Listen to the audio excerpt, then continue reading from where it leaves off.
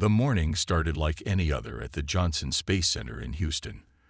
The radar operators were doing their routine checks when every screen in the control room suddenly lit up with dozens of unknown objects entering Earth's atmosphere. "Multiple contacts, coming in fast," shouted Mark Wilson, his coffee cup falling from his trembling hands. The objects were massive, each one bigger than the largest aircraft carrier ever built. Within minutes, similar reports flooded in from space centers around the world. The giant ships appeared in perfect formation, their dark metal shells reflecting sunlight as they descended through the clouds. They positioned themselves above major cities across the globe: New York, London, Tokyo, Moscow, and 30 other locations. The world watched in stunned silence as the ships hung motionless in the sky. Then, without warning, every screen, phone, and electronic billboard on Earth displayed the same message in glowing blue text. "To the primitive species of Earth, we are the Meridian Empire. Your planet now belongs to us. Your technology is basic. Your weapons are outdated. Your resistance would be pointless. Surrender within one planetary rotation, or face extinction." World leaders scrambled to organize an emergency response. Military bases worldwide went on high alert. Fighter jets took off from every airfield, carrying the best weapons humanity had created. The first wave of jets approached the alien ships, missiles armed and ready. The aliens didn't even bother to move. As the missiles streaked toward their targets, they simply vanished mid-flight, disappearing into thin air as if they had never existed. The jets themselves suddenly lost power, their engines dying simultaneously. The pilots barely managed to eject before their aircraft plummeted from the sky. Tank columns, artillery batteries, and missile installations across the globe met the same fate. Every modern weapon humans launched simply disappeared before reaching the alien ships. It was as if the aliens had created an invisible wall that erased any advanced technology it touched. The Meridian Empire watched with amusement as humanity's best weapons failed. Their scans had shown them everything they needed to know, or so they thought. They saw the electrical power plants, the computers, the vehicles, and the weapons. They measured radiation levels, tracked electronic signals, and mapped out every power source on the planet. To them, humans were just another primitive species that depended on basic electronic technology. What their scans didn't show them was something far more important: human creativity. In a small hardware store in Ohio, Tom Baker watched the news with growing anger. The former military engineer had spent 20 years working with advanced weapons, but now he found himself surrounded by simple tools: hammers, wrenches, garden equipment, and household items. As he looked around the store, his mind began to work in ways the aliens could never have predicted. "They're looking for power sources," he muttered, picking up a simple hammer. "They're looking for electronics and radiation." He grabbed a wrench, testing its weight in his other hand. But what about things that don't need power? The store's owner, Bill, walked up behind him. "What are you thinking, Tom?" "I'm thinking these aliens have made a big mistake," Tom replied, his eyes scanning the aisles of simple tools and equipment. "They'd prepared for our best weapons, but maybe that's not what we should be using." He picked up a pressure cooker from the houseware section, a strange gleam in his eyes. "Maybe we need to think simpler. Much simpler." As night fell across America, the alien ships continued their silent watch, their sensors scanning for any sign of advanced weapons or technology. But in that small hardware store, and in thousands of other places just like it, humans were beginning to think differently. They weren't thinking about complex electronics or advanced weapons anymore. They were thinking about simple machines, basic tools, and everyday objects. And they were starting to smile. The Meridian Empire was about to learn a harsh lesson. Humans could turn anything into a weapon, absolutely anything. The hardware store became their fortress. Tom Baker and Bill worked through the night, gathering supplies and testing ideas. By morning, 20 more people had joined them, each bringing different skills and knowledge. A plumber, a chef, a carpenter, a gardener, Ordinary people with extraordinary determination. "Look at this," Tom said, holding up a simple rubber band. No electronics, no power source, just stored energy waiting to be released. He stretched it between his fingers, then let it snap against the wooden counter. The sharp crack made everyone jump. Bill nodded slowly, understanding dawning on his face. And they won't be looking for something like that, will they? Their fancy shields are probably designed to stop bullets and bombs, not rubber bands and springs. They started simple. In aisle 3, Amy, the high school physics teacher, was working with pipes and pressure. In aisle 5, Mike, the baseball coach, tested the weight and balance of different tools. Near the garden section, Robert, the chemistry teacher, carefully mixed common household cleaning products. "Everything here can be a weapon," Tom explained to the group. "We just need to think differently. The aliens expect missiles and tanks. They won't expect a pressure cooker filled with nails and powered by simple chemistry." The aliens continued their patrols above the city, their hover ships gliding silently through the streets. They looked down at the humans with what might have been pity, if they had emotions humans could understand. Their scanners showed no signs of advanced weapons being prepared, just scattered groups of primitives hiding in buildings. Nothing to worry about. They were wrong. In the back of the store, the group tested their first weapon. They had modified a paint sprayer, powered by nothing but compressed air and basic mechanics. The alien scans would see it as a simple tool, until it launched a stream of metallic ball bearings at devastating speeds. "Remember," Tom said, addressing the growing group of survivors, "they're looking for power signatures, radiation, electronics. But a slingshot doesn't need power. A catapult doesn't need batteries. A trap doesn't need circuits." Word spread quietly through the neighborhood. More people came, bringing tools and ideas. An old garage mechanic showed them how to turn car springs into launching mechanisms. A former construction worker demonstrated how to make simple but effective traps using nothing but rope and counterweights. The aliens had made a crucial mistake. Their advanced technology had made them forget about simple machines. They didn't understand the power of a lever, the force of a spring, or the deadly potential of compressed air. They had evolved past such simple tools. And that was their weakness. "Look at their patrol patterns," Tom said, marking routes on a store map. "They're predictable. They follow the same paths at the same times. They think we're too primitive to notice." He smiled grimly. "That's another mistake." They worked through another night, setting up their first test, a simple trap made from hardware store parts. No electronics, no power source. Nothing that would trigger the alien sensors. Just physics, chemistry, and human ingenuity. Dawn was breaking when they finished. The store had been transformed. What looked like random piles of tools and supplies were actually carefully planned defensive positions. Every aisle held hidden weapons. Every corner concealed a surprise. "They think we're hiding," Bill said, looking at their work. "But we're not hiding. We're preparing."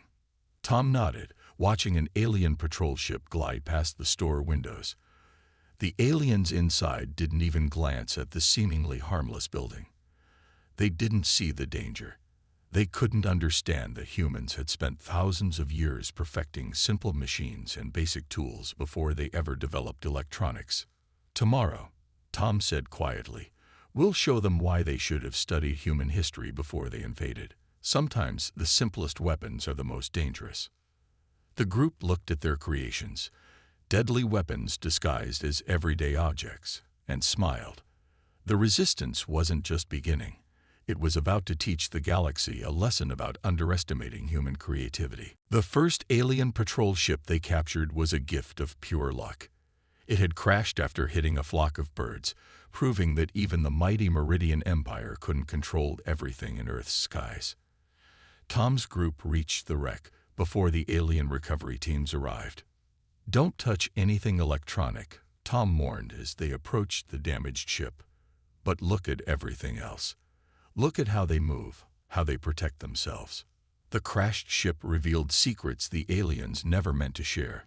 Its hull was covered in tiny sensors, all designed to detect energy weapons and modern explosives. But between these sensors were gaps just large enough to let through things the aliens considered harmless. "See these markings," Amy said, pointing to scratches on the ship's surface.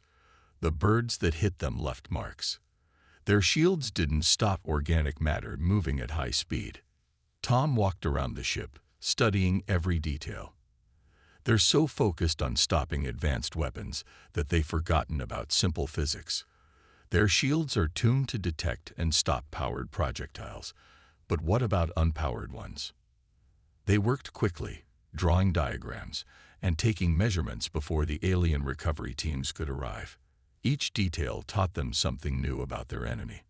The aliens' protective suits were built to resist energy weapons but looked vulnerable to simple punctures. Their movements were stiff and predictable, suggesting they weren't used to dealing with unexpected threats. Back at the hardware store, Robert spread their findings on a table. Their entire defense system is built around stopping what they think weapons should be, he explained to the group. They're looking for electronics, power sources, and radiation, but they're not looking for simple mechanical devices. The group gathered around as Tom demonstrated with a simple rubber ball. "Watch this," he said, dropping it on the floor. "It bounces because of stored energy. No power source, no electronics, just pure physics. Their sensors can't detect that kind of energy." They spent the next day observing alien patrols through the store windows. Each movement, each pattern revealed more weaknesses. The aliens walked the same paths, checked the same areas, and ignored anything that didn't register on their advanced sensors. "Look at how they move," Mike pointed out. "They never look up unless their sensors tell them to. They never check dark corners unless something electronic is hiding there. They're completely dependent on their technology."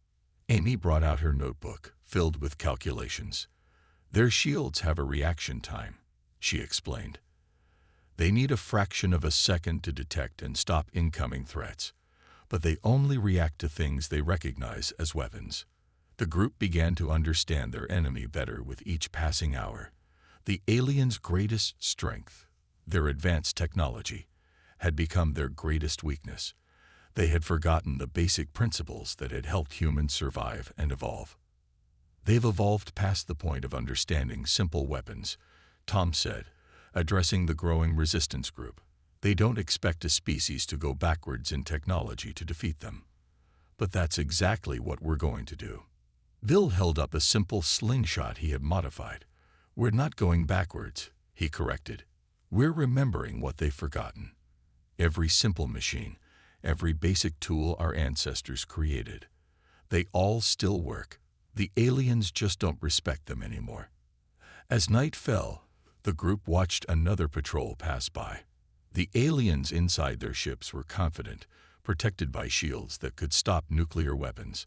But they couldn't stop what they didn't understand, and they didn't understand how dangerous simple things could be in human hands.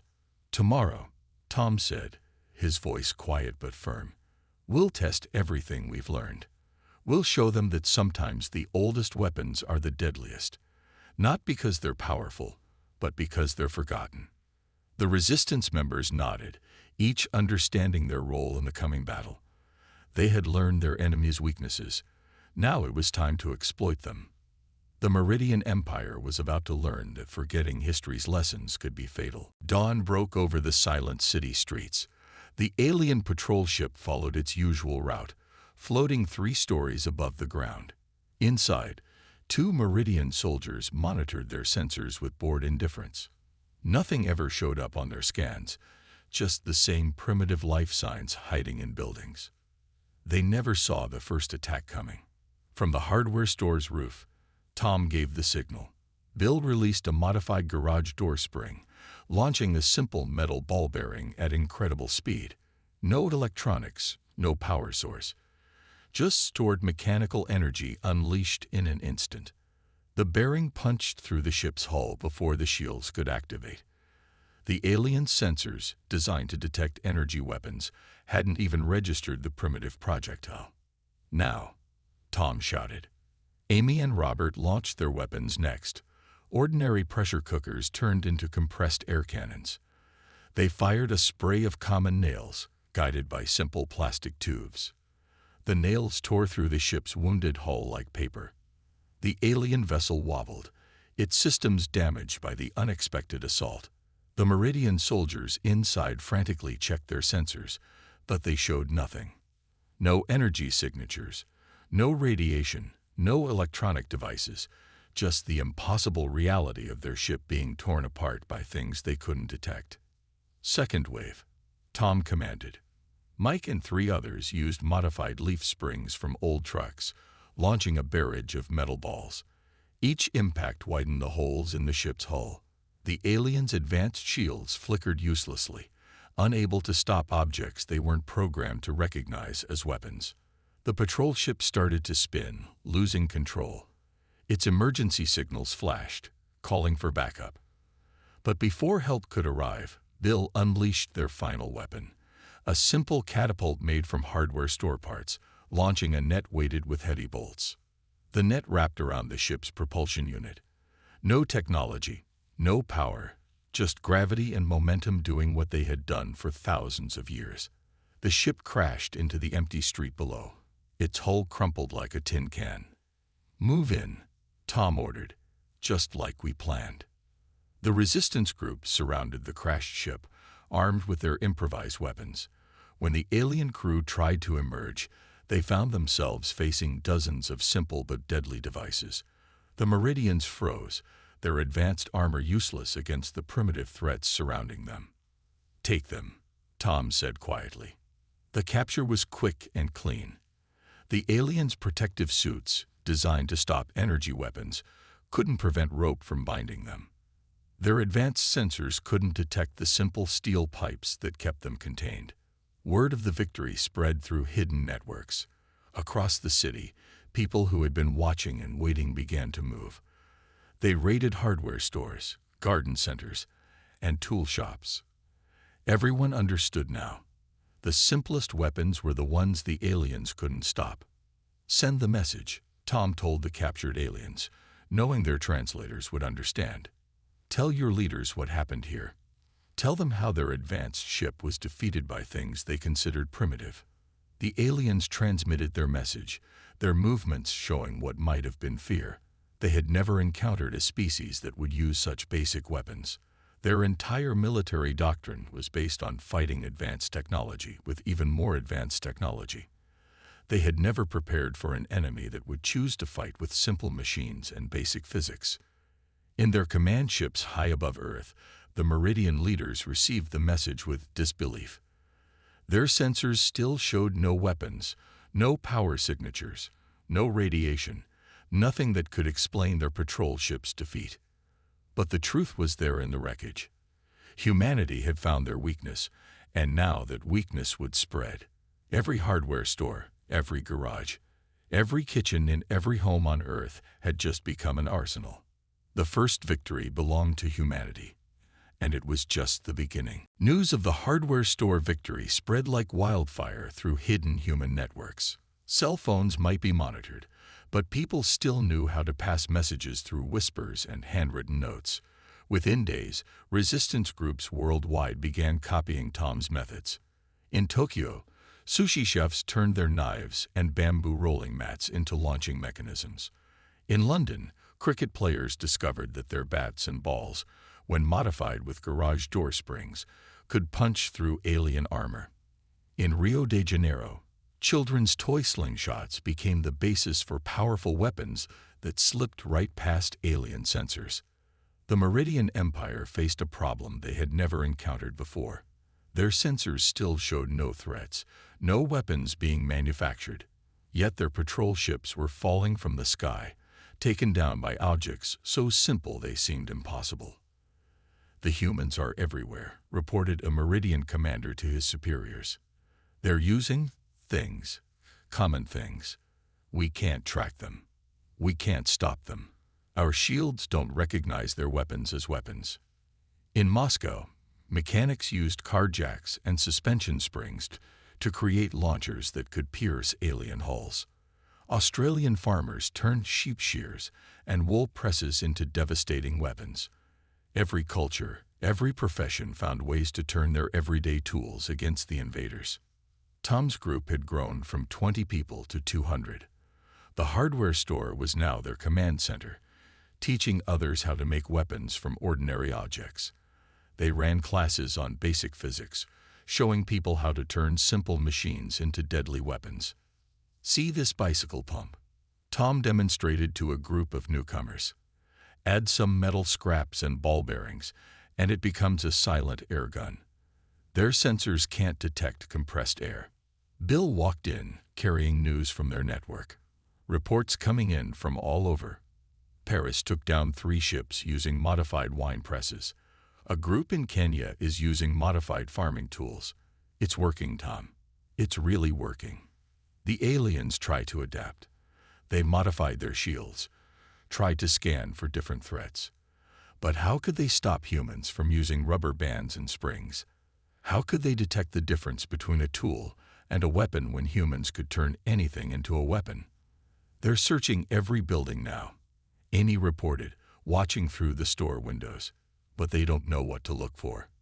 Everything looks dangerous to them now because anything could be dangerous." In their ships high above Earth, the Meridian leaders faced a growing crisis. Their soldiers were afraid to leave their ships. Every human object was now a potential threat. A child's toy could be a weapon. A kitchen utensil could bring down a patrol ship. "Another supply ship lost in India," Robert announced, reading a smuggled message. "They use modified pressure cookers and plumbing pipes. Turned the whole thing into a giant air cannon." The resistance had become a worldwide movement. Humans weren't fighting with advanced technology. They were fighting with creativity and simple physics. Every workshop, every kitchen, every garage had become a weapons factory. "They thought we'd try to match their technology," Tom said to his growing group. "They never expected us to go backward, to use simpler weapons. That's why they're losing." The Meridian Empire had conquered dozens of worlds, all of them trying to fight back with advanced weapons. But humans were different. Humans looked at a rubber band and saw a weapon. They looked at a spring and saw a launcher. They looked at everyday objects and saw possibilities the aliens couldn't imagine. In their command ships, the Meridian leaders watched their casualties mount.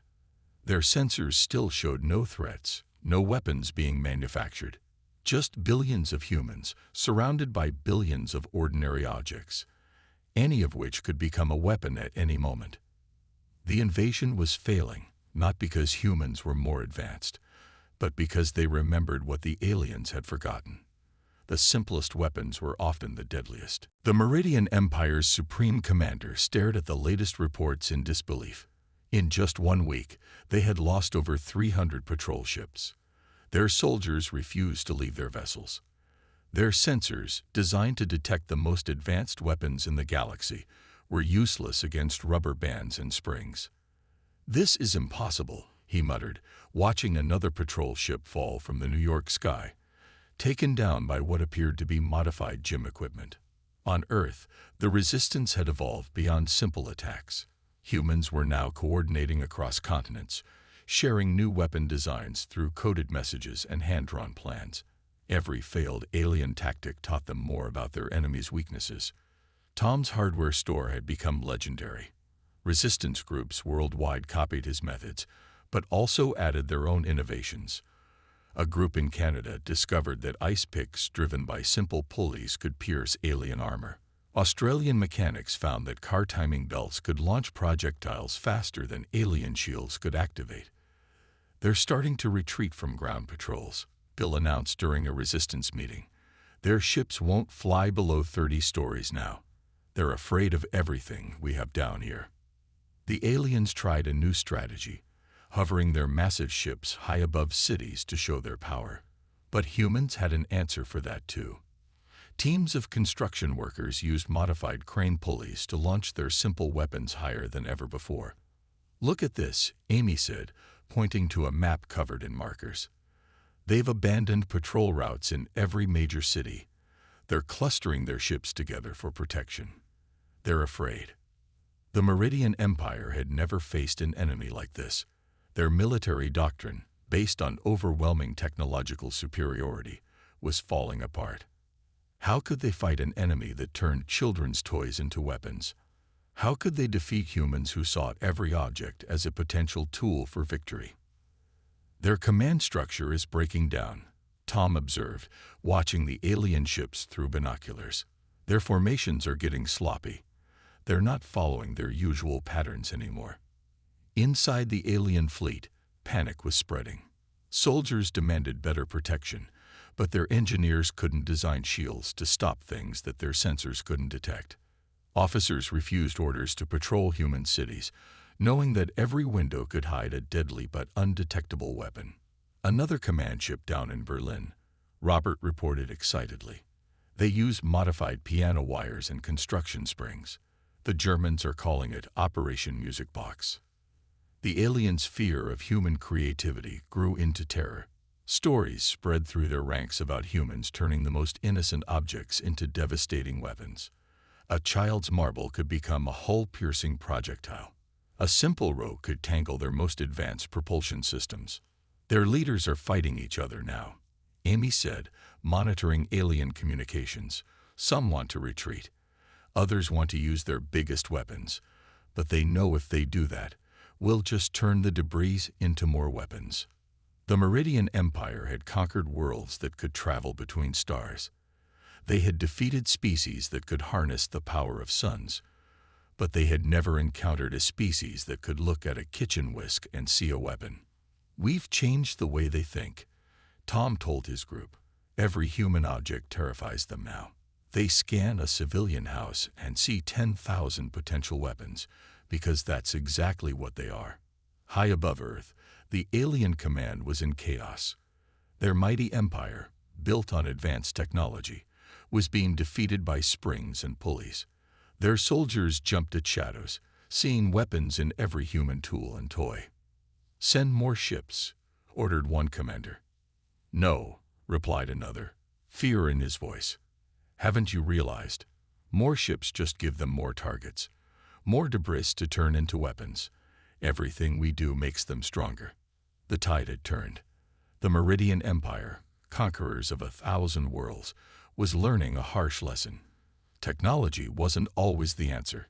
Sometimes the simplest solutions were the most terrifying. And humans were masters of simple solutions. The final battle for Earth began not with a bang, but with millions of tiny snaps, pops, and whooshes. All across the planet, humans launched their attack using the simplest weapons ever to defeat an advanced alien empire. Tom stood on his hardware store roof, watching the morning sun reflect off the massive alien ships clustered above the city. "Send the signal," he told Bill. "Tell everyone. Operation Everyday begins now." Across the world, resistance groups moved as one. In London, double-decker buses had been turned into giant slingshots. In Tokyo, subway maintenance workers had transformed their repair tools into launching systems. Australian boomerang throwers had modified their ancient weapons with modern rubber and springs. "First wave, launch," Tom commanded through the resistance network. Millions of simple projectiles rose from Earth's cities. Metal balls, wooden blocks, and glass marbles, all launched by rubber bands, springs, and pressure chambers. The alien sensors detected nothing until it was too late. Their shields, programmed to stop energy weapons, couldn't react to the rain of simple objects. "Their formations are breaking," Amy shouted, watching through binoculars. Alien ships collided with each other as they tried to dodge the endless barrage of everyday items turned into weapons. In Paris, the Eiffel Tower had been transformed into the world's largest mechanical launching system, using its own weight and structure to fling objects at the alien fleet. Indian engineers had converted ancient temple water systems into hydraulic weapons. Brazilian soccer players used modified sports equipment to launch devastating attacks. "Second wave," Tom ordered. "Everyone, just like we planned." The second wave wasn't just weapons. It was chaos theory in action. Every window in every city became a launching point. The aliens couldn't predict which ordinary object would become a weapon. They couldn't tell which direction the next attack would come from because attacks came from everywhere. Their command ship is trying to retreat, Bill reported, monitoring alien communications. The massive alien vessel began to rise, attempting to escape Earth's atmosphere. But humans had planned for this too. Construction crews had built enormous slingshots between skyscrapers. Ancient catapult designs had been upgraded with modern materials. Even as the alien ships tried to flee, they found themselves surrounded by projectiles launched from the simplest machines humanity had ever built. The Meridian Empire's supreme commander watched in horror as his mighty fleet was torn apart by toys, tools, and household items.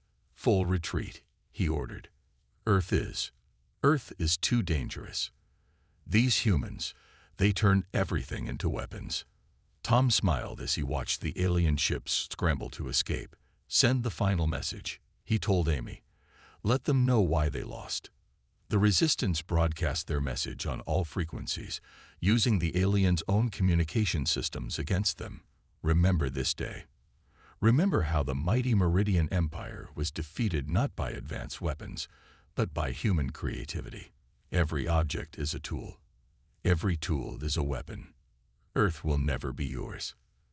The alien fleet fled Earth's orbit in panic, leaving behind wreckage that humans were already salvaging, not to copy the advanced technology, but to turn it into more simple weapons, just in case the aliens ever returned. In the days that followed, the story spread across the galaxy. The Meridian Empire, conquerors of 1,000 worlds, had been defeated by rubber bands and springs. Their mighty ships had fallen to modified kitchen tools and children's toys. "What do we do now?" Bill asked Tom, standing in their hardware store that had started it all. Tom picked up a simple hammer and smiled. "We remember this lesson. We remember that humanity's greatest weapon isn't technology. It's creativity. And we make sure the galaxy never forgets that on Earth, everything is a weapon." The story of Earth's victory became a legend, told on countless worlds. Alien civilizations added warnings to their star charts. "Approach with caution. Native species demonstrates unprecedented weaponization capabilities. Any object, no matter how simple, can become lethal in human hands." Humanity had won not by advancing, but by remembering their roots. Not by building better weapons, but by turning everything into a weapon. And in doing so, they had earned something greater than victory. They had earned their reputation as the species that could not be conquered because they could turn anything into a tool of defense. Earth was safe, and somewhere in a small hardware store, a simple hammer sat on a shelf, both a tool and a reminder that the simplest things could change the course of history.